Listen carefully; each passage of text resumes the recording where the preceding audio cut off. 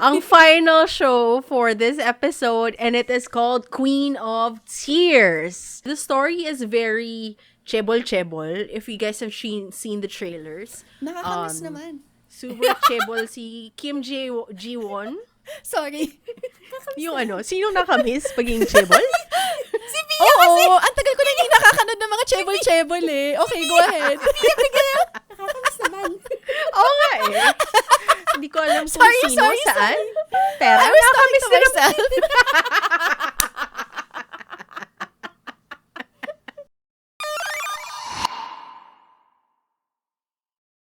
One, two, Sarang! Hey! Annyeong! This is Trency. Hello, this is Pia. Annyeong! This is Monica, and welcome to another episode of One, Two, Sarang! Hello! What's up, guys? Hi! Welcome How back. have you guys been? Bakasyon. Bakasyon was last week. Well, not yes. Correct. No. Well, but when Holy we hear Week. this. we hope Yes. that you had a very fruitful, tama ba? Fruitful. Blessed. Blessed Lenten season. Pleasant. Sana marami din kayong napanood na Kdrama, K-pop. At sana nag-pray din kayo to those who practice. Who are Catholics? Yes. The Lenten season. So, ayun lang. Okay, By bye! Nawala. Bakasyon na kasi. Out. Bakasyon na kasi. Hala, nabubulol na me. Anyway, today, we are gonna be doing a special episode. It's the kind of episode that we did also last year. Mga episode 50-something. And it is called What Hallyu Watching? Ta-da! Yes. Cha-chan! Basically, mag-share lang kami ng mga pinapanood namin lately kasi ang dami. Again, ang daming content at ang daming pwedeng panoorin. And so far, as of recording, hindi pa kami set kung anong next show ang gusto namin pag-usapan. So we said, let's just share muna again kung ano yung mga pinapanood natin. And then maybe from this selection, I don't know, baka meron pa tayong, alam mo yun, ma-inspire tayo to watch something kasi ang kwento ni Pia or ni Trenzy or myself ay sobrang nakakaengganyo that we want to watch the entire thing too, diba? Correct. And sana din kayo sa ating listeners and viewers, magustuhan nyo to, yung mga shows na sasabihin namin that would make you want to watch it too, and let us know what you think of them. So, diba? Please, thank you to those who share their thoughts about dramas and our episodes too. Special shout out to Yuenas, who said, so many of you said hi because of our episode on TikTok and YouTube. Thank you so much for sharing your thoughts and feelings on IU too. We really appreciate it. We stan you too. Oh my God. Yes. We really hope you like that show, and sana magustuhan nyo rin ang episode na ito, o diba? Yes. Ayan. Yes. Exciting. dapat magustuhan nyo. Wow, nangaaway na. Oo Away nga na naman siya. Relax, lang ako. sumaya na. Hanggang internet lang ako. Keyboard warrior. Twitter warrior. At least may muka. Oo. Ayan, Hindi yung face card na lang. Ayan, correct. So for What Hallyu Watching, we are gonna be showing 3 shows each. Showing tuloy. We are gonna be sharing 3 shows each. I can start. For today, I will be sharing Exhuma, the film, and What's Wrong with Secretary Kim, the View version, the Filipino version, diba? Exciting. And finally, I am also gonna be talking about Queen of Tears. How about you, Pia? OST by BSS. Me, as your resident K-variety addict, puro K-variety yung sa akin. First, I will be talking about My Siblings Romance, which is on View, Apartment 404, which is on Prime, and Physical 100, which is on Netflix. Diba lahat? Wow! Shout out Oo nga Oh my God. Disney na lang ang Ayoko rin kulang. Dapat pinapakinggan na tayo by now, di ba? Ano ba? Netflix Diba? din yung I know. akin. Oo. Hindi kami unbiased views here. Pero magiging biased kami kung may Correct. kasama siyang sponsorship. Hamsa-hamnida. Madali kaming kausap. O sige nga, ikaw, Trency. Sinong isa-shoutout mo? Anong shows ang isa-share mo? Ako sponsor doon ng Netflix. Wow! Wow. Taas. So yung yes. So yung akin, I will be talking about The Sound of Your Heart. It is on Netflix with Kwang Soo. The other one is it's actually a Japanese show called I Love You. So it's I think charting or something. But yes, that one it's also on Netflix. And as your busy girly with her parents in Manila, ang hirap pag ang mga magulang mo ay nandito. Hello, tito and tita. Hello, Mom and po. Dad. So, medyo walang oras to watch, but I discovered this person on Instagram, and he is called Heezy Yang, and he is a queer Korean drag artist. So, So want to talk about that? interesting. Para medyo naman tayo, Ah. socially aware, Variety. Emily, ganun. Correct. Variety, Love it. exactly. Yes. Oh, I love that. Since, ayun na nga, na-share natin yung mga sasabihin natin, mga pagkukwentuhan nating shows today. Why don't you start, Trency, with your first show? Me. Okay, simulan na natin. Okay, let's start first with this. Actually, this is a pretty new show that I started. Nasa episode 2 pa lang ako. And I was brought here because of Chicken Nugget! Yay! Ooh. So, I think we'll be talking about Chicken Nugget. So, sa Yes. mga nakikinig Yes, ngayon. abangan nyo and yan. Yes, abangan nyo. Very, very funny. Kung paano namin gagawa ng episode yon hindi ko alam. Kasi it is, it's very absurd and complicated and everything, but all so much fun. And that is the same feeling I have for this show called The Sound of Your Heart. So it's actually starring our very favorite, pinakamatangkad na tao sa Korea. Wow. Kung nasa Pilipinas siya, tatanungin siya, basketball player ka? Correct. Correct. Ang katangi-tanging si Lee Kwang Soo. So, actor Kwang Soo po ang makikita natin dito. And of course, Nice. yes, a very young Jung So Min. Okay, so, I was brought Yes. here, as I mentioned earlier, because of Chicken Nugget, which is very absurd. We love it so much, right? And then, so nakita ko lang siya, and then nakita ko si Kwang Soo, nakita ko na parang comedy siya. So, I watched it, and it's the same kind of parang slapstick sitcom situation na for your busy girly, kaya niyang intindihin na hindi masyadong nag-iisip at tatawa ka lang. So kaya Correct. ito yung nire-recommend ko ngayon na panoorin para sa mga same busy girlies as me na gusto na lang i-tune out lahat ng boses sa utak nila. And just yes. So, a little bit of what do you call this? Summary. All right. So this is off the internets na. Kwang Soo is a down-on-his-luck cartoonist, and Somin is his girlfriend, and the show is all about the ridiculousness that happens in their lives. And ridiculous! It is! Okay. So siguro a little snippet lang of that laugh out loud moment na parang like, shootang ina nakakatawa to, ang absurdo niya. Okay. So si Kwang Soo was in the toilet, and then he didn't have tissue, and then he gave his pants to someone else to wipe their ass with. So, What? pretty much, he had nothing below. So, his dongalongs was out. So, naka-blur po siya. And then, Yes. meron siyang dalang iPad. Tapos una, makikita mo na sa toilet siya. Tapos yan, try niya i-cover yung, yung kanyang member. Ani pa ng nanay ko, yung kanyang member. ng iPad.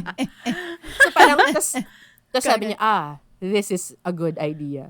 Pero paglabas niya, makikita mo, tumatakbo siya sa isang parang open area with a lot of people. Pero yung iPad na sa mukha Yes. niya. So, his ding-along was Kasi sa out. mga classic na mga tanong na parang, anong kung hubad ka? Anong tatakpan mo? Ulo mo or your thing? Correct! Yun nga. Ay, tumakbo yun sa utak nung character ni Kwang Soo. So, yun na nga, tumatakbo siya doon. Pero yung pinaka nakakatawa sa akin doon sa situation is, parang nag-ano siya, what do you call this? Parang, he had like a thought in his head. Tapos sabi niya, walang makakilala sa akin kasi nakatakip ng iPad yung mukha ko. Tapos biglang napindot niya yung iPad, tapos yung mukha niya yung lumabas. Kasi yun yung Lock wallpaper niya. screen. Lock screen niya. Tumatakbo siya pero mukha niya nandun.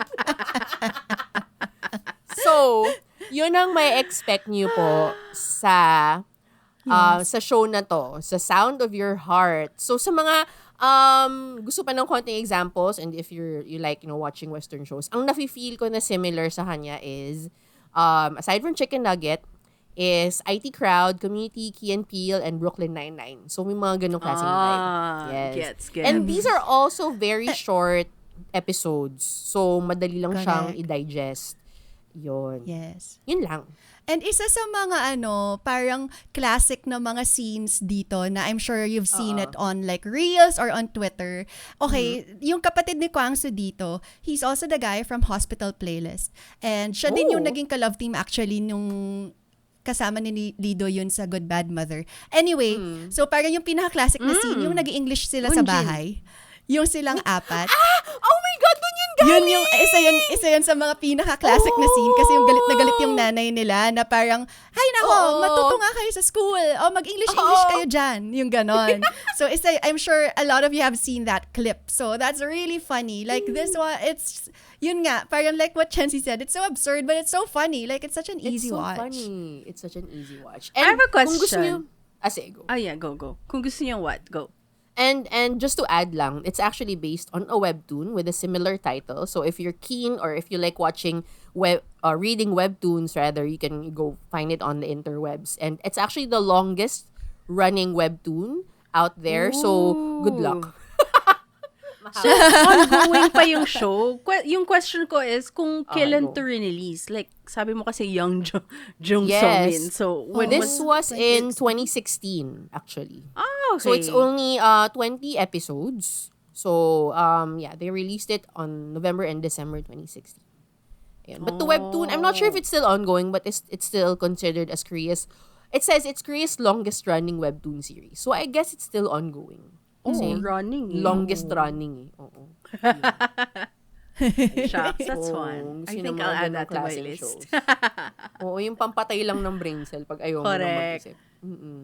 How about you, PL? What's the first show that you're gonna share to us? Okay, so the first show I'm gonna share kasi I think madaming beses ko nang napag-usapan yung exchange/transit love sa show na to. So, ito naman yung K-dating, which is actually also ongoing. So, pinag-isipan ko kung yun ba or tong isa. So, yung isa na lang. So, the other K-dating show that's actually ongoing as well on View is called My Siblings Romance. So, this is from the same producers as Exchange. So, ang nakakatawa kasi dito sa panel nila, because in Exchange 2, isa yun sa mga claim to fame ni Bam Bam of GOT7 that he became so popular after becoming a panel for there. So, nagtataka ako, bakit wala si Bam Bam sa Exchange 3?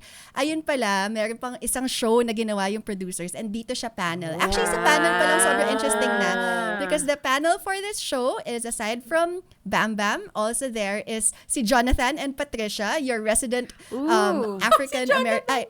They're not African American. Basta your He's resident African. siblings. Yes. African. They're your resident African siblings na nasa Korea. So, nandun sila sa show. And then also, there's si Code Kun. Sobrang love ko si Code Kun. And also, Mion from Idol is also there on the panel. And also, oh my gosh, I forget her name. This girl who is a model na she used to be on I Live Alone. So, tungkol saan tong show na to, actually, sobrang interesting nung premise niya kasi magkakapatid, girl and boy, papasok sila sa house. They can't reveal kung sino yung kapatid nila. And then, yun, they'll have romance in the house. Syempre, not with the sibling. There's no incest here. There is no incest. Pero kasi diba yung premise? Diba? Nakakatawa yung premise kasi bakit mabawal i-reveal kung sino magkakapatid? Kasi ako, in essence, kita mo na magkakamukha sila, girl. Parang, bakit tayo naglulukan dito? Pero ako talaga, first ko pa lang, magkakamukha sila. Bakit ganyan? Pero, since bawal i-reveal, tas parang cute kasi the way they're, since bawal nila nga i-reveal na magkakapatid sila, so isa sa mga challenge, like, yung girls, hulaan mo kung sino yung kapatid nung guy you wanna go out with, bigyan mo siya ng letter, ganon. So, parang may isang girl na sa kanya napunta lahat ng letter, hindi naman yung kapatid niya yung gusto ng lahat. And I'm like, teka lang, hindi ba halata? Ewan ko, nalilito ko sa kanila kasi magkakamukha para sa akin yung mga couples. But it's so cute kasi you get to see the commentary. Kasi imagine kung nakita nyo kung paano makipag-date yung kapatid mo. And then you could actually have... And then you can't say anything on the spot. You have to pretend na hindi mo alam. And then they also have moments kasi there's a room there where you can talk to your sibling. Tapos kapag magkakasama na yung magkakapatid, sobrang ang refreshing lang. Yung iba kasi yung banter nila kung paano i-approach yung dating or kunwari i-comfort yung kapatid nila kasi walang pumili sa kanila. Yung mga ganon. Sobrang sweet ng premise. So nice. And then, Oo. right? And then they also have like a phone there na parang pwedeng tumawag yung parents nila. So parang, oh my God! Sobrang cute. Papagalitan sila. But naman. Oo, correct. Pero Bantayin kasi, mo yung kapatid mo, ganon. Oo, sira ulo yan. And then the nice thing as well is that syempre, there are different kinds of families, diba? There are families na the parents are still together. There are parents na divorced na yung parents. Tapos there are families na yung iba, I think some parents passed on. So syempre, iba din yung dynamics nung ganon. I think it's a very family-centered dating show. Kaya interesting. ako. Yun. Very So this is on View. interesting. Oh, that's so cool. But I want to watch this. My Siblings Romance. My Romance. Siblings Romance. Ooh. Yes. That's really Yeah. ano pa, galing pa ako sa pamilya na napakadaming kapatid. Parang Correct! nakakatawa Imagine lang yung seeing idea. your brother date. Yeah. I mean, I do but I don't. Or Alam mo flirt? yun. So, ang weird. Oo. Yeah, the flirt. I think the dating is fine. But the flirting, it's kind of like, parang I wouldn't know what to do. Exactly. May controversial ba dyan? As a person who likes controversy, what's like like for you, is there anything controversial about like what you've seen? May mga controversial moments ba? Is what I meant. Actually, so far, because as of recording, we're only, this is only on episode 3 for today. So, medyo fresh na fresh pa siya. Although, parang yung pinaka controversial, I guess. I mean, I don't want to call it a controversy, but really yung story nung isang magkapatid. Gosh, naiyak ako. Pero kasi, like, so the brother, yung age gap nila is 10 years. So, yung kuya niya is kuyang-kuya na nung dumating yung younger sister niya. And then, yung younger sister is talaga siyang ball of sunshine. Not knowing that she came into a family na yung parents sobrang grabe na, parang on the verge of divorce. Medyo ganon. So, like, because she's a kid, she's clueless, she's always happy. And then, the kuya, you'd see na medyo siyang stern. And then, isa sa mga kwento nila, sabi nung girl was like, the younger sister was like, I remember that time my parents were fighting and I just went to my brother and he gave me a book. So we were just reading books together. That's why to this very day, when I feel sad, I just read a book to comfort myself. Super sweet. Yeah. That's why you said na parang like even if it's a dating show, parang it looks into the dynamics of brother and sister. Parang there's a lot of that. Okay, heartwarming. Yeah, cute. Yeah. Sobra. So in a way, that's nga, mas family nga siya more than the dating. And I wonder how this will end. Like if kung paano magkakatuluyan yung couple, kung meron man, alam mo yon. I wonder. And it feels like, you know how pag siblings, in a way kasi magiging magkakakilala na sila, that group, diba? Parang kung may approval na ng sibling, medyo strong relationship yun. Alam mo yun? Parang may ganun. If it starts that way. Correct. Sorry, sobrang short na lang. Alam ko na ubusan na ako ng time. Pero sobrang short, nakakatawa kasi yung isa doon, parang sabi niya, meron kasi akong dream brother-in-law kaya gusto ko siya talaga yung makatuluyan ng kapatid ko. Tapos parang yung panels, may dream brother or sister-in-law. Part ba yun ng Pakilamera? dreams? Di ba? Ikaw ba yung jojowain?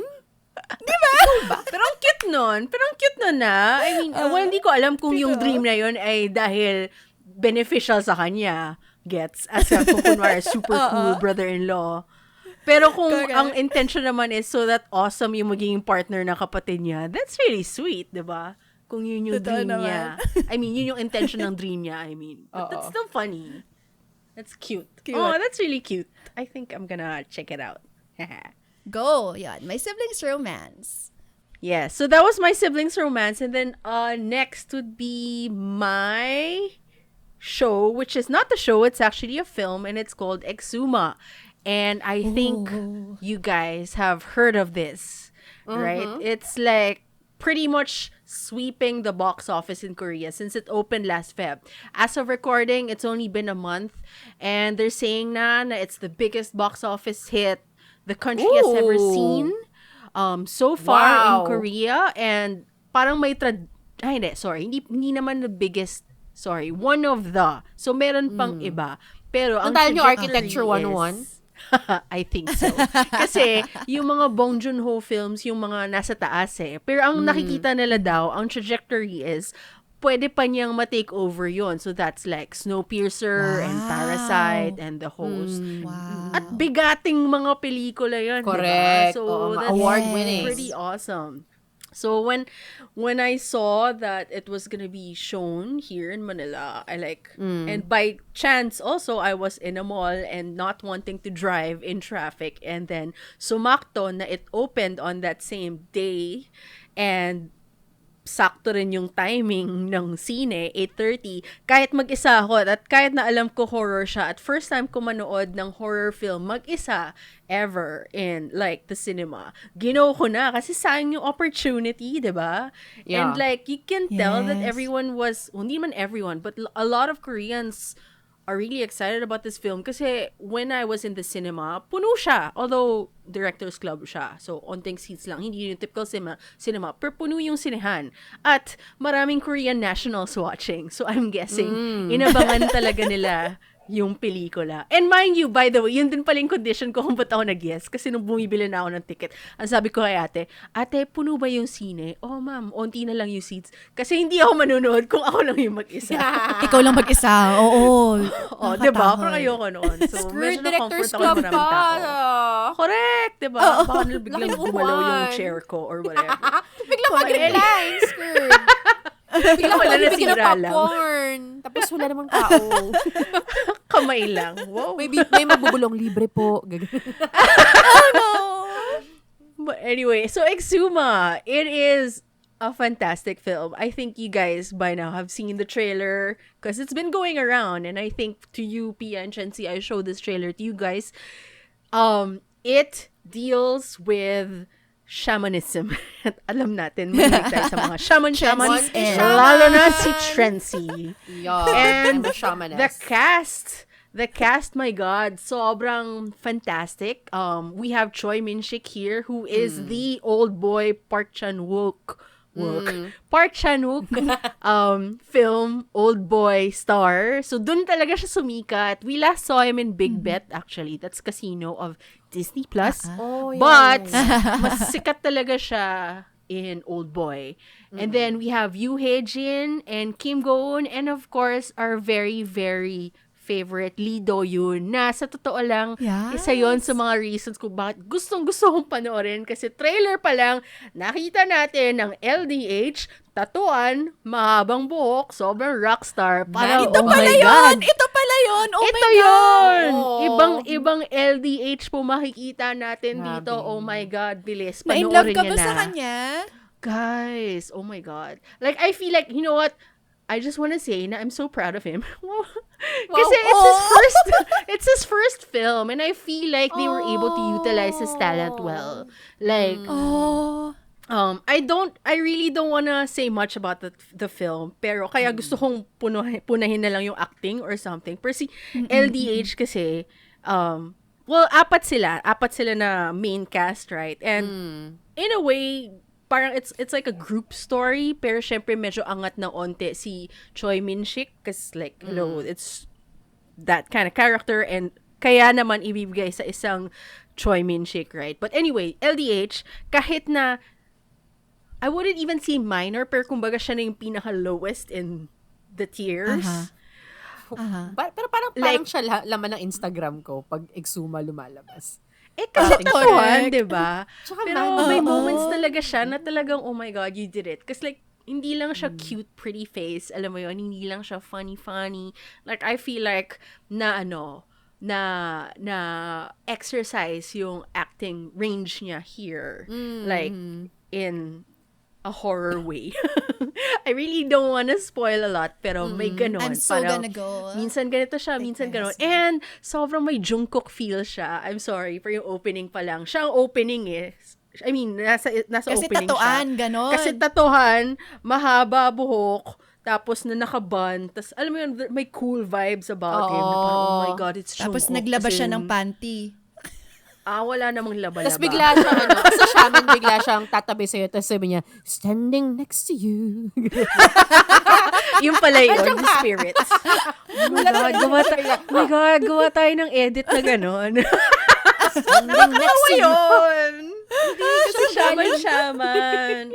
But anyway, about this film, so, you know, if you watch the trailer, you see that it's very shaman based. It's about them trying to figure out a case of a certain spirit. It's actually a generational curse that they're trying to figure out. So medyo nag-ghostbuster sila in a way. But syempre, in their very shaman Korean, very specific Korean cultural way, which I liked. I really thought I'd be scared. Actually, I was really scared. Nagdadalawang isip ako, ba't ko to ginagawa? Parang ganon, before entering the cinema.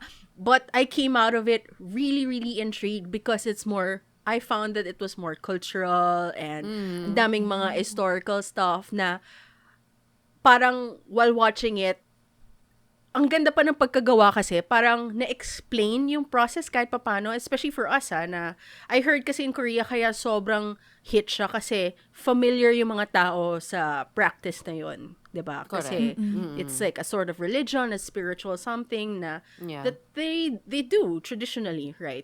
Kaya hit. Pero for us who don't know, somehow I feel like naintindihan ko what they're trying to do without spoon-feeding it to us kung ano yung mga processes that they were trying to do. And then, it made you want to know more. Kasi, syempre, there's a lot more to that industry. They called it an industry pa nga, like the shaman. Wow. That kind of, It is. that It kind does of feel like practice. it. Kasi it is. Kasi they have Like how clients and then they have to deal with the spiritual or kung ano mang needs ng clients na ganon. So, I came out of that cinema wanting to know more because it really triggered so many thoughts. Ang dami kong questions about this character na, I wonder bakit kaya ganito yung character niya. Na hindi masyadong in-explain, pero hindi naman siya super problematic in the story. Pero gets, I want to know more. Alam ko, it's a cultural thing, so I need to do research about it.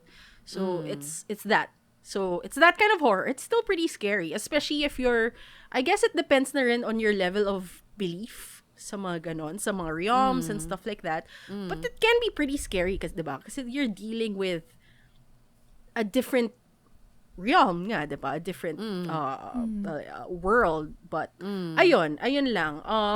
It opened this week. So, as of recording, it was this week, March 20th, open. Hopefully, it'll still be playing in cinemas when this episode comes out. And I hope you guys get to watch it too because I am really also really, really hoping we do an episode about it because I really think sobrang dami. Like, ang haba na ng time ko pero namimilipit ako sa holding back because I don't want any spoilers. I want it to come off as the freshest na possible for you guys and also for listeners. So, ayun lang. Gusto lang sabihin na Exhuma is a fantastic film. I think it makes sense na sobrang hit na hit siya sa Korea ngayon. So, I hope you can catch it too. I think... Yay! Bao. Sana ano siya, if like for future listeners also out there, parang sana lumabas siya sa mga streaming platforms. But I feel like it will. Eventually, yeah. Oh, eventually. Sana. Eventually. So, hopefully. If anything, by the way, can you believe this even like Dune Part 2 couldn't even go. Parang hindi niya Korea. natalo yung sa Korea tong movie na to. In fair. And like, I feel like this is the kind of film na sana mapanood siya in cinemas as much as possible and then later on na lang talaga siya mapakita sa streamers. But yes, definitely I really hope they put it on streamers because sana nga a lot of people can watch it also. Correct, yeah. Yes, Exhuma, let's go. Yeah. LDH, tatuan. LDH, I know, tatuan. standing next Sobrang to her. awesome. Okay, so that was my Okay. first entry. Ikaw, Trency, what's your second one? Okay. Round 2 na Wow. tayo. Oo nga, hinga tayong sandali. So my next one is, it's not actually a Korean show, it's actually a Japanese drama. And you've probably seen it on Netflix, my sponsor. It's called I Love You. So I as in the mata, I love you. Ayun. So, I clicked on it because I was just very interested na it was a Japanese show, but I saw kasi the thumbnail and I knew that actor yung leading guy dito. And then, I think one of you girls said na, siya yung sa nevertheless, siya si Potato Guys. Pero ako like, okay, Yes. okay. And I really like that actor, so that's why I started watching it. So, okay, so summary, the summary goes, sparks fly when a telepathic woman, so this lady, this Japanese girl, can hear the thoughts of other people. So parang Ay. she got to an accident when she was young, and then when she got out of that, she can hear people, talking in their heads. Parang ganun. She can hear people's thoughts. Okay. So, this woman had previously given up on love because of, her particular skill, actually. So, medyo deterred siya sa kanyang love life. And then, eventually, she meets a Korean student who thinks in a language she can't understand. So, it's finally someone na hindi niya naiintindihan. So, merong mystery na towards this person kasi hindi na niya mabasa yung thoughts niya. I'm only at like the second, third episode, I think. But so far, it's very cute. As in, kung paano yung naisip yung K-drama. Hindi ko pa alam. Parang, Okay. kung paano mo inisip kung paano yung K-drama bago ka napadpad sa Hallyu world, yun siya. As in, it's quintessential K-drama. Parang pastel colors, very rosy. Alam mo yon, yung conversation is very sweet and may mga ang daming meet cute, yung mga nahuhulog sa bike tapos sinasalo ng lalaki.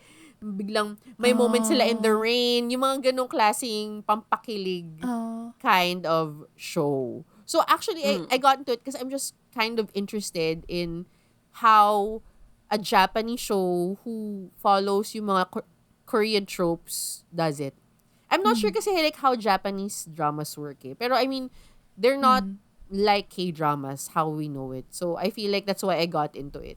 So I mean, I'm saying this out loud and like encouraging people to watch because I feel like it's something that we can delve into. I have no concrete feelings pa about it. I'm like pretty early on into the series. But I feel like parang baka may ma-discover kayo about how this Japanese drama world works. So, ang actors dito is, the female lead is Fumi Nikaido, and the male lead is Chae Jong-hyuk. So, he was in Castaway Diva, Love All Play, and of course, as Potato Man in Nevertheless. So, yun, cute-cutean. Napansin ko actually now that I'm talking about my two selections. Ano siya, parang wala masyadong thought process. Cute. What do Funny. you mean? Pero, I mean, it's all feeling. You know what I mean? Parang it's not so much about, like, you don't have to process it so much when you're watching, when you're sitting there. Alam mo yun? So, it's just good fun. So, and if you're into those kinds of shows, yung talagang todo kilig, cute-cutean, may part pa na nananaginip sasabihin ko na ba? Okay. May hindi ko na sabihin yung premise, pero may topless scene si Guy. So, abangan nyo na lang yun. Na parang, ay, sir! Please. Anong episode? Grabe ko, 3 episodes pa lang ako. So, may 3 selections lang kayo. Madali nang mag-fast forward dyan. So, ayun. So, that is I Love You. I'm not sure if it's on the top 10, but I always see it recommended. I always see it, so, pero ako rin, recommended din siya sa akin. Probably because I watched nga, Nevertheless, and Castaway Diva, I watched that. Castaway Diva, He was so probably. nice. He was, kilig siya doon, in fairness. Oo. I like that actor kasi parang ano siya eh. I mean, I'm not sure kung sa Castaway Diva, is he lead, no? Second lead din siya. Yeah. Lead siya. He's lead. Lead siya. Yeah. Okay. So, wow! nakaangat na siya. Kasi sa Nevertheless, ano siya. But he Kasi was sa a very... Nevertheless, second lead siya. Correct, But correct. he was a very good second lead. Kaya parang, ano mo, laki ang malaking potential mo eh. Correct. Diba? Oo, at ito At na ang nga kalid yun. pa niya si Mamahalin kita. si Unbin. Unbin. Correct. Exactly. Oo. Kaya Secretary nga, mo. sobrang big Oo, deal. sobrang Secretary big mo deal. tuloy. Attorney. Correct. Secretary mo. Ginawa ko lang siya secretary. Oh my God, I'm so sorry. I know. Di naman. Ayun. Wala namang masama sa pagiging secretary. Dahil nga, papag-usapan ko ang isang napakagaling na secretary maya-maya. Oo. Correct. Si Secretary Laila De Lima. Mali. Siya pala. Napakagaling na secretary. Senator din na po siya, nakalabas. Senator na siya ngayon. XX. Former. Okay. Yun lang ang aking commentary about I Love You. So watch it on Netflix, guys. My sponsor. Give me money. I'm curious. I'm gonna give it a try. Okay. Me too. Ang dami ko nang Yes. give it a try. Lahat ata. Oo nga eh. Alam mo, minsan nga parang ang sarap na lang niyang i-fast forward. Sa true lang, kasi alam mo yun, kaya mo naman siyang mahigo, pero syempre yung emotion and all that, hindi mo siya fully experience eh. But, Correct. yun, that's the life we have right now. It's okay. Feeling ko rin naman it depends on the show. Like sometimes, it deserves attention. Alam mo yan? Correct. It deserves So, babad. Yeah. But anyway, how about you, Pia? Your next show, does this deserve full attention? I Kaya think lagi- because it's very lahat ng sa akin puro variety eh. So parang hindi naman masyado. But like my second show, this one naman, again, it's from Prime. Okay, gusto ko mag-shoutout sa Prime kasi mas okay na yung interface niya ngayon versus before nung nanood tayo ng mga curtain call and all of that. I mean, the interface is still the same, but then parang ngayon mas madali na siyang i-cast, mas madali. Hindi na siya tulad ng dati, parang very faulty yung app. So kudos Prime, thank you so much. It's better job, now Prime. for me than View kasi View has been wonky Yeah, lately. I know. So, Medyo. diba? The Dati lag parang is yung Prime lagging. medyo Yeah. ganun. Right? View, ayusin natin. Come on. Being Pero honest sa Prime, here, we're really, saying this because we diba? care, because we really want to watch so much more View content. So many shows, Diba? exactly. But if it's difficult, ayun. nahihirapan ako. But anyway. It's frustrating. Yeah, Yeah. that's why bumalik ako sa Prime just because of this.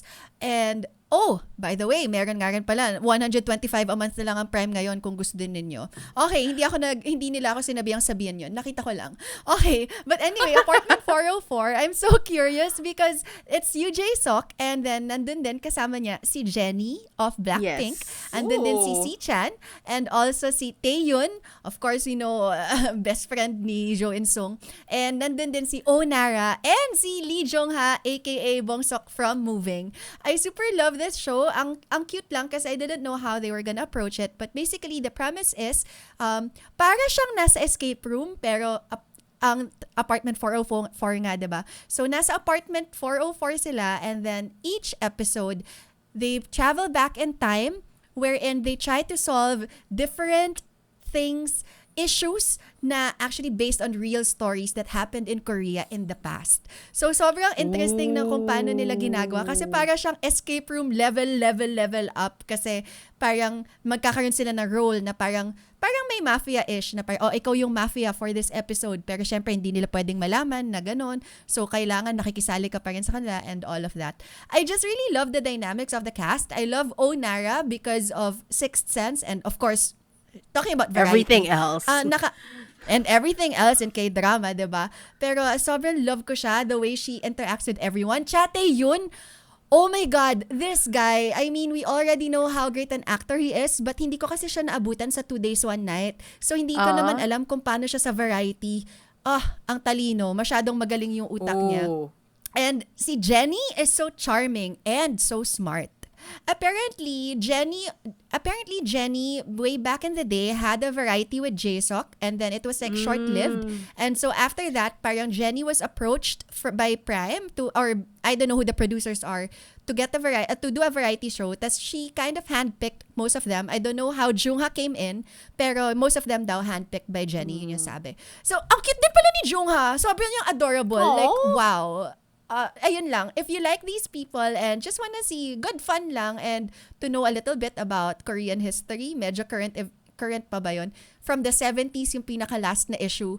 Ang dami, ang interesting and fun. Ayun. So, watch Apartment 404. Ooh, I love this. love And it. I want to see more of Jenny. I've always been curious of her as a person. I mean, beyond She's Blackpink. so fantastic in variety.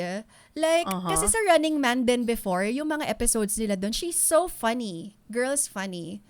Like, she's adorbs sa variety. Ayun lang. So, from one charming person to another, my next show is What's Wrong with Secretary Kim, the version of You, aka the Filipino version, featuring our very own Kim Chu as Secretary Kim. Not attorney, not Secretary. I love But it. Secretary Kim. She is our part diba? Young. She is. She really Correct. is. And she is absolutely charming in this. Like, I mean, I've always known of her as charming and cute and all that. Pero parang dito oozing with that. As in, kung ano yung naalala ko sa Secretary Kim Korean version na Park Min-young. And, well, nung Park Min-young, hindi... Wait, baka ma-cancel ako. Pero kumbaga, nagagandahan naman ako sa kanya in that character. Pero kumbaga, hindi yung, I wanna be just like her. Or alam mo yun, parang charmed enough. But I was charmed enough for the character, for the story, with what she's doing with Park Seo-joon. And all that. Naman. Pero parang, yung Kim Chu version, parang, oh, you're so good. Alam mo yun, parang natutuwa ako sa kanya. And natutuwa din ako sa dynamic niya with Paolo Avellino, of course. Ooh. Who is... Grabe yung I chemi mean, nila. Grabe yung Oo chemi. Actually, kaya ako to nasimulan panoorin. I mean, I knew I wanted to watch this kahit paano. But somewhere down the road, maybe. Special shout out pala to our good friend, Brian C. Hey! Yay, Brian! That's one of the reasons why I also wanted to watch it because our friend is part of the cast and nakikita natin siya sa mga promos. So, medyo exciting, diba? Pero parang hindi ko in-expect na papanoorin ko siya agad-agad kasi nga busy and all that. But then, when I saw that View kept on posting na #1 everywhere, etc., parang, it must be so good then. I mean, what kind of adaptation is this, right? Plus, I got to watch nga the Korean version and all that. So, okay, tara, tirahin na natin to. Tapos, yung first drop pa, 5 episodes siya. 5 episodes siya. Ratratin na yan. 5 episodes. Tapos, mga tig 20-something minutes lang siya. So, parang, extra appealing, diba? Kasi, correct. wala lang. Ang refreshing na Short lang. puro Yeah. short. Pag short yung shows, parang, at least, cuttable anyway. Parang, na you can proceed after 20 minutes lang. Hindi yung, pag yung normal K-drama kasi na isang oras, commitment siya na isang oras ko walang gagawin. Correct. Alam mo yun? Correct. But anyway, so I watched the show and I enjoyed it naman. I have a few thoughts about it na parang medyo on the technical and directorial. Pero, like for example, the pacing and the music and all that. But I feel like, though, since it's the first few episodes, it's something that'll improve, gets? Kasi it's one of those, I'm pretty sure yun yung mga first nila na shoot. So, kaya, alam mo yun, na kinakapapa nila kung paano yung pacing, paano yung takbo, and all that.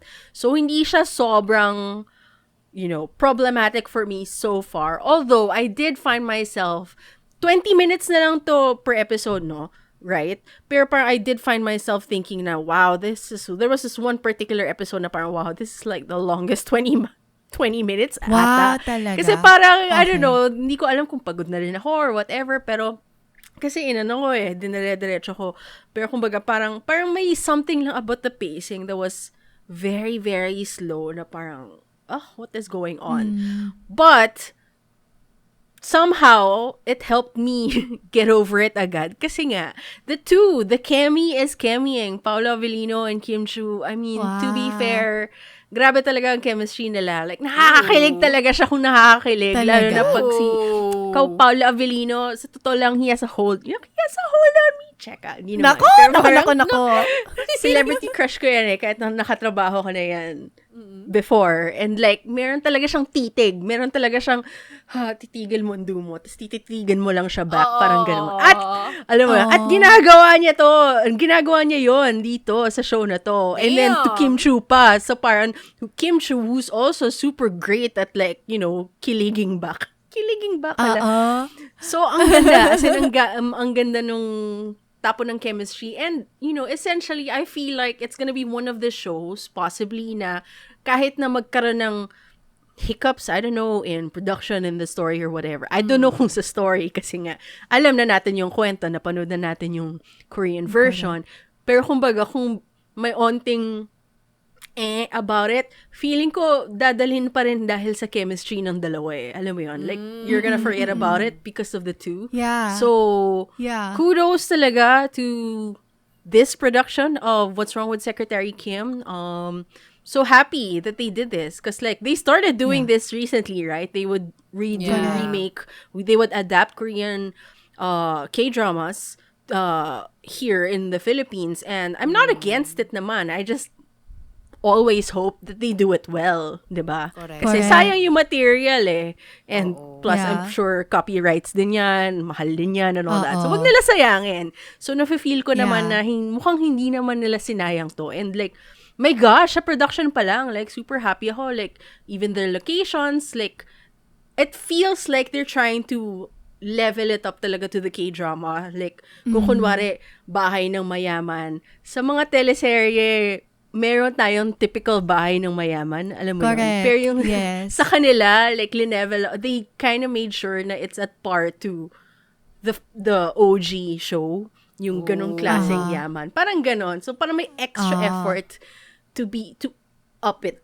Alam mo yun. So, kaya it's exciting. So, even if we already know the story, it's exciting how this local production will adapt this for this version. So, ayun. So, I hope you guys can catch it too. What's Wrong with Secretary Kim?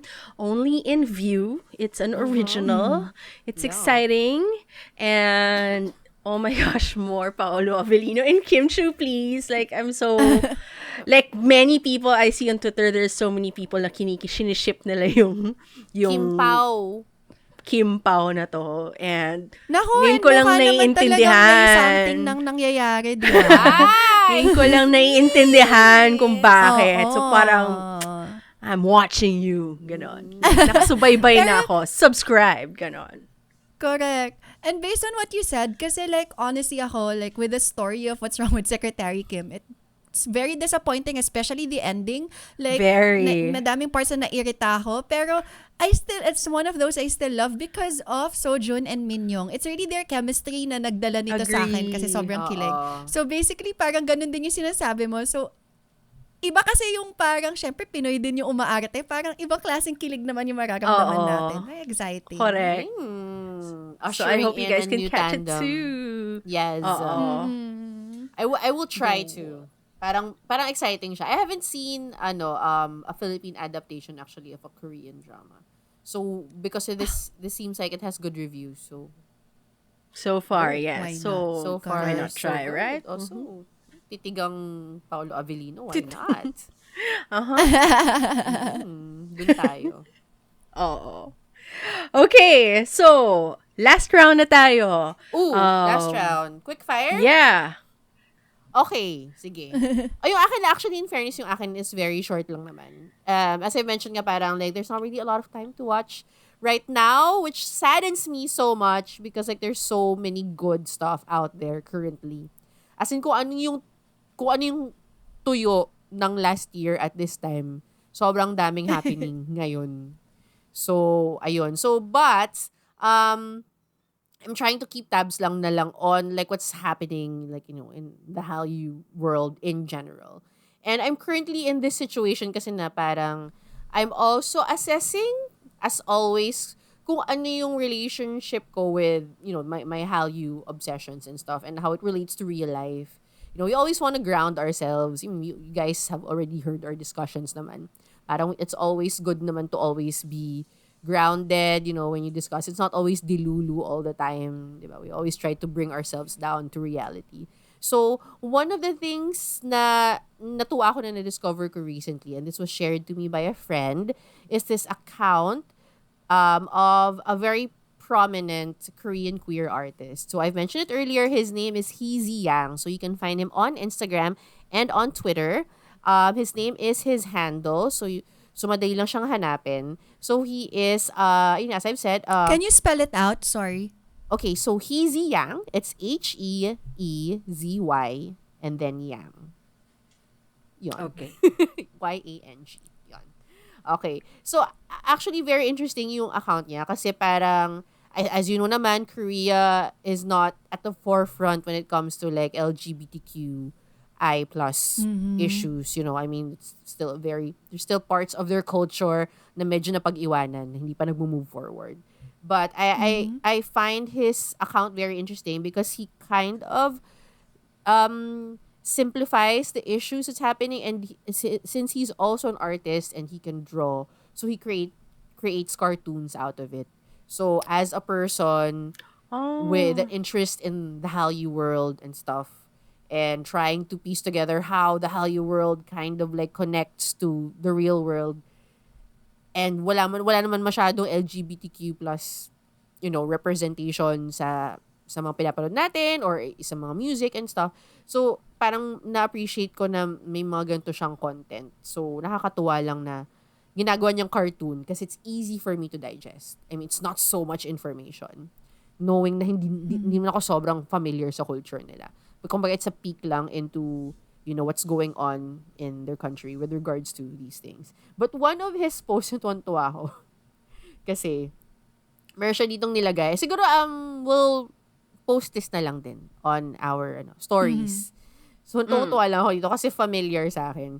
So, he, parang comparison siya between like, icons of the Western world and Korea. And then, ang sabi nito, Korea's Madonna and Britney Spears. So, kung ang US or ang Western world may Madonna, ang Korea ay may Jong-hwa. So, parang like, oh my God, I love her so much. Like, she is their Madonna. Like, so much fun. So, tuwa ako sa kanya. So, yun. So, you check out his Instagram if you want to get into, those details and stuff. Because, I mean, it's So good to know yung those IG things. niya is not about his drag. It's about the cartoon. It's about the cartoon, but he also has a separate IG for his drag because he is called Hurricane Kimchi. So if you go to Heezy Yang, may mga links na siya doon. Okay. Nakakatawa kasi when I first saw his drag persona, kamukha niya medyo pura Vega yung look niya.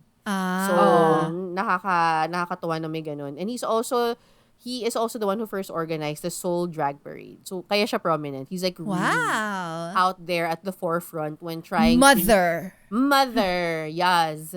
When trying to bring attention to, the issues of the queer community in Korea. So, nakakatawa lang. And he's also a musician. Alam mo yun? He's like, all-around multifaceted. artist. Grabe. Yeah. correct. But that is the beauty of it because he's using his artistic capabilities to bring forth all these like social issues and create conversation around it. So, kaya nakakatawa. I guess, kaya gusto ko siyang i-share. Yun nga, I mean, we need to kind of like balance ourselves especially when like going into this world full force. Alam mo yun, parang we need to know na may mga real, actual stories yung mga tao na to. Hindi lang siya puro meet cute or alam mo yun, like yung K-pop and stuff. So, correct. Ayun. So, yun. So, check him out. Once again, it's at Heezy, Heezy Yang. He's on Instagram and on Twitter. Or X. Gonna follow. Yes. We'll make sure to check it out. We'll And I hope you definitely guys get to follow. check it out too. The accounts as well. And Correct. yes. We'll Sana share we it. can also support. If we like it, let's support. Because it Oo. sounds really awesome, diba? And if you're into Something like drag, diba? important Especially too. now with Marina Summers and all that, parang like bringing, Yes. kasi talagang really highlighting it currently. Alam mo yun, parang if you're into that, so yes, go discover Hurricane Kimchi and get swept away. Super familiar actually ng name, like Hurricane Kimchi. I don't remember where I encountered, but definitely na-encounter ko na siya somewhere. Somewhere. Anyway, yeah. So, Not to be mistaken for kimchi kasi may isang drag queen din talaga na Correct. kimchi. oo nga, may Oo isa pa nga. nga. Pero yung Correct. Hurricane Kimchi, basta that combo. But anyway, Yeah yes, nga, I've not to seen be it as well mistaken. on Twitter. Oo. Yeah, probably Twitter. Most likely Twitter. Yeah. All right, that's so cool. I'm very, very interested. Yeah. Wow. Panel pala. Check out. Hindi naman. It's for everyone. So, how about you, Pia? Anong last show that you wanna share to us? Grabe, napaka-grounded nung kay Trency tapos yung sa akin. Variety na naman! Pero ito naman yung final variety ko is from Netflix na nag-sponsor kay Trency tonight. This is the season 2 of Physical 100. I really love this first season. Kahit na napaka-stressful nitong show na to, hindi ko alam kung bakit ko to ginagawa sa sarili ko. Pero kasi, sobra ako naging interested because one of the contestants na ni-reveal nila for this season is Kim Dong Hyun. Na hindi ko naman siya kilala kasi never naman ako nag-follow ng MMA tsaka UFC. Kilala ko lang siya as first I saw him in All the Butlers where he was so funny there. And then, sa iba pang mga variety, he's always in Running Man recently, and then he also was in 2 Days, 1 Night as Seyun's best friend. So, sobrang nakakatawa lang dito kasi sinabi din niya yun na parang baka nakakalimutan ng mga tao na I was undefeated. Hindi naman siya undefeated. Like 4 losses, 28 wins or something siya yung record niya. Pero like I was 6th in the world. Like wag nating kalimutan kahit na feeling nyo nagba-variety lang ako. I'm still a UFC fighter. Meron siyang ganong self-depreciation. Sobrang cute. Pero as in, to be fair, isa din ako sa mga medyo nag-underestimate sa kanya. Kasi akala ko din talaga. But gosh, as in dito talaga nagbago na yung tingin ko sa kanya. Like, okay, hindi ka lang funny. Meron ka nga talagang pinaglalaban. UFC fighter ka nga pala, ganon. So, just because of him, I really feel that this is worthwhile. And it's also interesting because one of the contestants, he's Kim Bong Sok, if I remember his name correctly. He was also in season 1. So, ang angst niya, kasi he was ranked like first. Meron pa lang parang international competition ng mga firefighters. So siya pa lang yung nanalo ng first sa Korea in the whole world. So parang yun yung niya. And the season 1, maaga siya na-eliminate. So dito, parang back with a vengeance. Ganon. So ayun, and then nandito din si Kang So-yeon ng Singles Inferno. Well, wag niyo na siyang asahan kasi medyo wala siyang exposure at all kasi medyo, I guess, she didn't perform well. Pero medyo wali din siya dito. Kasi parang na-eliminate na din siya. So, 4 episodes yung nilabas just this week. So, I'm so looking forward to the next one. So, interesting. I love it so much. Yun lang. I love it. I've never seen even the first season, but I've always been curious. Kasi naman, yung mga promo nila, puro katawan. Alam mo, iba-ibang klase. Tapos, nakita ko rin yung promo of this season. Di ba meron silang pa-entrance, yung intro nila. Parang gano'n. Parang mas bigate. Or at least mas, up there. Oo. Actually, madaming actors. May isa pang K-actor na nandito. Gosh, sige, hanapin ko yung name niya. Pero, oh my God, ang galing din niya. Okay, sorry, Tensi, go ahead. Kasi nakita yung mga snippets nga of the show. So, yung in-introduce na isa't isa, parang yung mga katawan na nandun sa harap nila is there. So, may cast of their bodies. Oo. Pareho yun sa season 1 talaga. Parang yun yung thing. Talagang kinakast yung katawan mo kasi kapag na-eliminate ka, sisirain mo siya. Correct. May ganyan drama. The drama. Ganun pala yun. Yes. But I think actually, important tong show na to. Kasi honestly, parang yung brother-in-law ko who doesn't watch any Korean whatever, he got into this. And I think naka-reach na siya ng na alam mo yun, na lumabas siya outside of the Hallyu community, and he's like, yung brother-in-law kasi is French. Alam mo yun, I mean like French of the Frenchest. And for him to appreciate this, parang nakakatuwa na naka-reach sila ng ibang demographic altogether. Audience, Oo, nakakatuwa. Correct. Interesting. And also kasi it's still very much Korean in the sense na, yes, they're very, very physical, but you know how they are like after nilang maging pisikalan, parang Correct. magbabaw, are you Oo. okay? Yung ganun kasi usually sa Oo. Western, hindi, kapag natalo Oo. ka, bahala ka dyan, ganun. Oo. And then Tapos there's may also unting this ano judo pa, oo. master na like right before silang magkaroon ng fight, talagang magbabaw muna siya, keep the Oo. distance, as in yung mga Correct. ganun. So, sobrang interesting. The actor who is here, his name is Lee Do Hyun. So, isa siya sa parang tinatawag na athletic celebrities, and apparently he does I don't remember if it's wushu or judo, pero madami na siyang Ooh. mga naging leading roles na parating nandun siya sa mga action, ganyan. And also there's this guy from Golden Child, an idol, also competed. Ooh, Oo, wow. ang dami. As in, maraming- muscle din Correct. siya, ganon? Saktong idol pero yes, batak. Wow. Sino okay. yung kamukha ni Subin na B2B? Si Minyuk. Sawali kaya siya? Biniktahan. Or like some of the members of Monsta X din. Monsta X. O kaya si actually. Limino, feeling ko lalaban siya dito. Kaya niya rin. Oo Diba? nga. Alam mo, I babatak mean, din ng naman. ng Shiny hindi yung artista, matanda na yun. Oh, yun. Manood na siyang baseball game kasama ng mga pare niya. Ng mga pogi. Aww. Oo, ng mga opa. Oo. Ng mga elites. Okay, ikaw naman, Correct. Monica. Ang final show for this episode is also from Netflix, and it is called Sponsor. Queen of Tears. Wala. Actually, pinanood ko lang siya because it stars Kim Ji-won, whom we absolutely love from... What's the name of My Liberation Notes. My Liberation Wait lang. Notes. Descendants of the Punta ko Sun. na tanga doon. Iniisip ko pa yung Physical 100. But anyway, yes. My Liberation Notes. Kakasabi lang na I love her, tapos nakalimutan. Cheka. Anyway, we super loved her in My Liberation Notes, and like, I couldn't forget about her. So, nung nakita ko na may bago siyang show, oh my God, I'm gonna watch her because I miss her.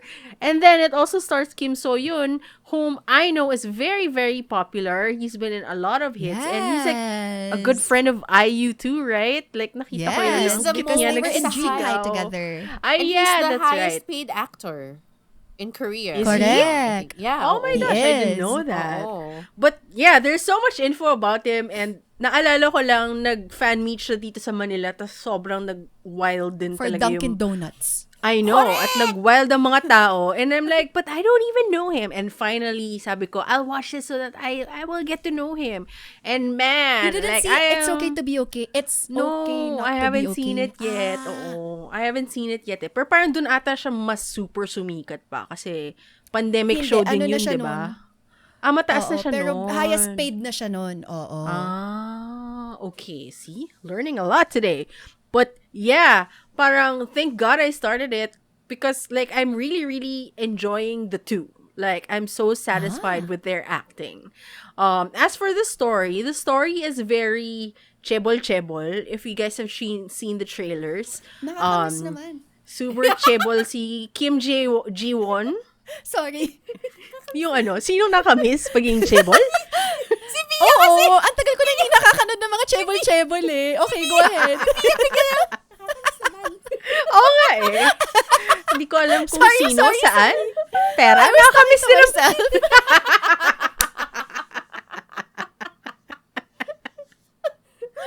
But yeah, di ba? Ang saya dun kasi ng chebol-chebol. So parang, so si Jiwon yung mayaman, tapos napakasalan niya si Suyon na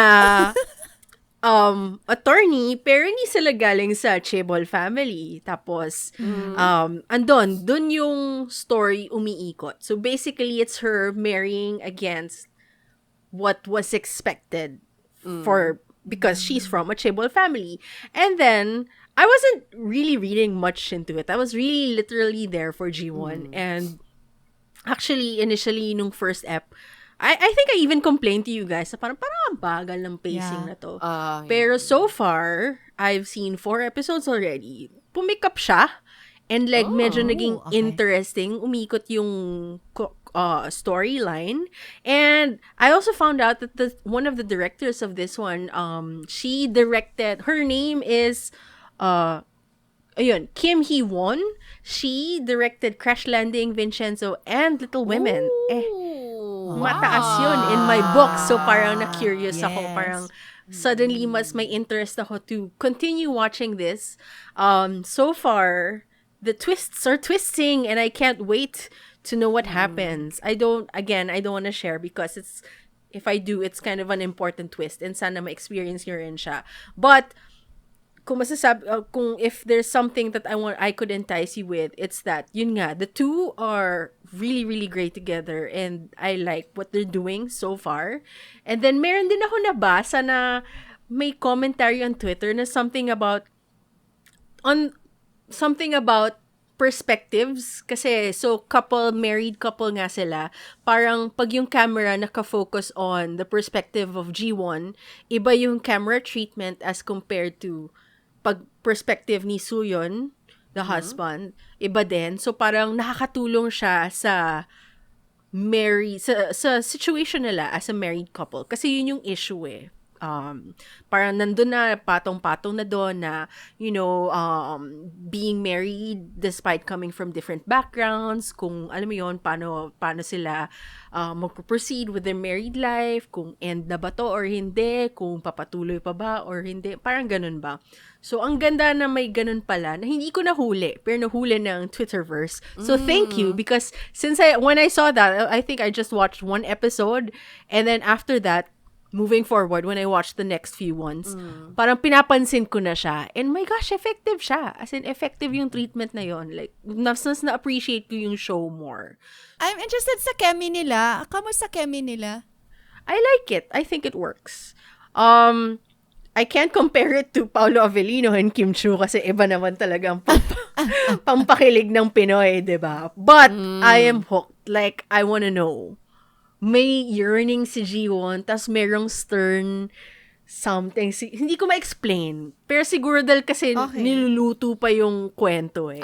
Although meron akong fear, may onting fear ako, share ko na lang quickly, na baka pwede siyang maging see you in my 19th life. I don't know. Kasi parang, hindi ko alam ha. Pero may feeling lang ako. Kasi ang ganda ng beginning, pero hindi ko alam kung paano to mag-e-end. Ganun sa akin yung see you in my 19th life eh. Ang ganda ng setup. Pero hindi mo alam kung paano siya mag-e-end. And it kind of ended the way that didn't work well. So I'm really hoping it doesn't happen. But the possibility of it happening to be similar nga to 19th life, it's there. So I'm really hoping talaga it doesn't. So that's Queen of Tears for you guys. I hope you can watch it. It's on Netflix. It's awesome. So those are the shows that we're watching right now, and hopefully yung chika namin today is enough to recommend you to watch with us. Yes. Cause fun, di ba? Pag-usapan Discover natin to. with And us. if you have, let us know. Pag-usapan natin. Lalo na, most of the shows here, kakastart pa lang. So, subaybayan natin together, di ba? Para fun. Correct. Message us lang. We are on Instagram, TikTok, Twitter, Facebook, and also, of course, YouTube. Just hit us up, send a message, and we are always there to answer. Correct. Yes. For sure. As madaldals. Actually, ang dami pa nga namin gusto sabihin. Baka nga mas okay kung internally. What? Internally, mas marami tayong ma-share. Kasi, hindi nga spoilers, diba? But, anyway, point lang is, let's talk. Like, it's so much fun to talk to more people about these shows, right? So, Yes, let's do ayun. Thank you for watching this version of What Hallyu Watching. Yeah. I hope you guys enjoyed it, and see you in the next episode. Akala ko in our 19th Oo nga, life. ako, yun din akala ko. Naman. See you in our 19th life. Oy, ako gusto ko yun kasi ibig sabihin magkakaroon ako ng many lives na matatandaan ko. Which is gonna be fun. Oh. Is it? Oo, that's true. I feel like it. I mean, depende na lang siguro kung nasa gera ko then maybe no. Kung ano yung pinagdaanan mo, correct. Oo. Naging circus performance din ba tayo? Paano Correct. kung naging circus tiger din pala tayo in our past life? Correct. If anything, baka ang gusto ko at least, meron akong makilala like the emo in 19th Life who is so awesome na, The emo? ayun nga. The aunt. The aunt! Emo.